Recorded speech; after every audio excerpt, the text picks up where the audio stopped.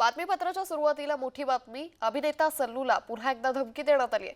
सलमान खानला घुसून जीवे मारण्याची धमकी देण्यात आली आहे. वरळी पोलीस स्थानकामध्ये या संदर्भातला गुन्हा दाखल करण्यात आलाय.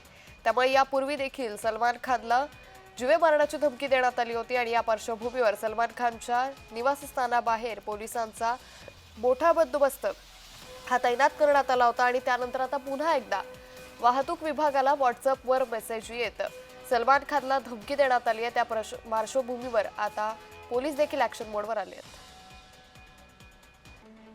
अभिनेत्याला बिश्नोईकडून अनेक वेळा जीवे मारण्याच्या धमक्या देण्यात आल्या आहेत.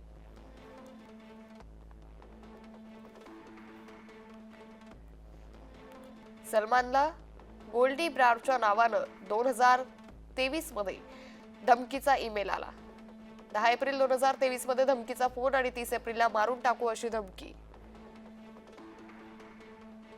जून 2023 मध्ये सिद्धू मुसेवाला प्रमाणे मारण्याची पत्राद्वारे धमकी.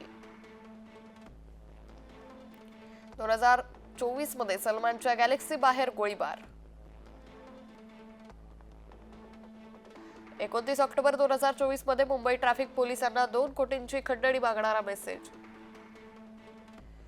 4 नोव्हेंबर 2024 मध्ये 5 कोटींची खंडणी मागणी, ज्यात लॉरेन्स बिश्नोईचा भाऊ असल्याचा दावा.